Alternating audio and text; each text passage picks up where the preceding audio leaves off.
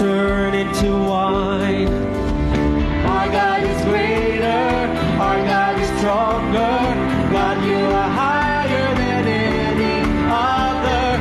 Our God is healer, awesome in power. Our God you have in store for me is good. Today is the day you have made. I will rejoice and be glad in it. Today is the day crucified and laid behind the stones.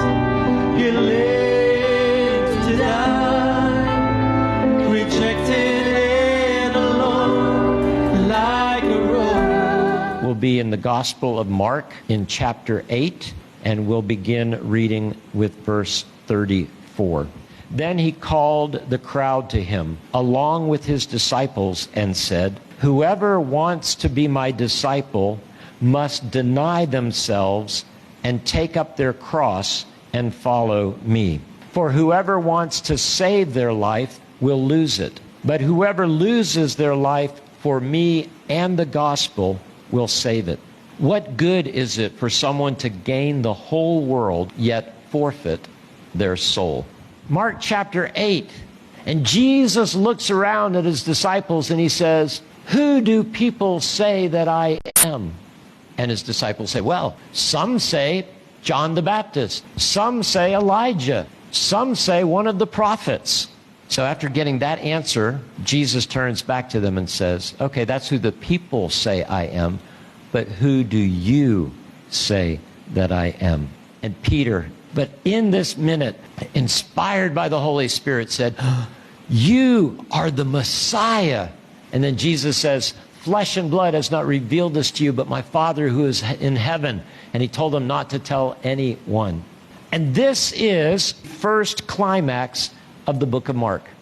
Right after, "You are the Messiah," Jesus says, "and oh, by the way, the Son of Man is going to suffer. He's going to be killed, and then he's going to rise again." Right after he said, "You're the Messiah, you're going to save Israel." And he says, "No, this will not happen." And of course, Jesus says the famous line, "Get thee behind me, Satan." And he tells Peter, "You're thinking about human concerns. You're thinking like the world thinks, not like God."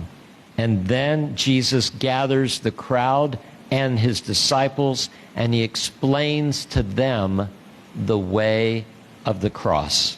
Well, what did it mean when Jesus said, "Take up your cross and follow me"? What was the cross? Being crucified on a cross was a terrible way to die. And the disciples knew that. But now Jesus is telling them that they had to take up their cross and follow Jesus if they wanted to be his disciple. What is this way of the cross? Well, in the verses that go on, Jesus compares living for God, contrasts living with God with living for the world.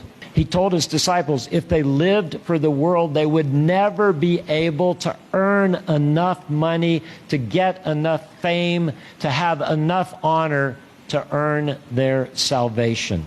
He told them, if you deny me, then when I come again in glory, I will deny you before the Father.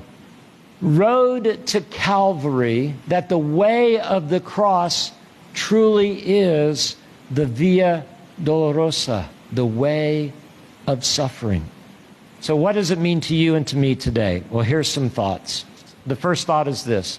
If our cross is suffering for Jesus, we don't have to go looking for our cross.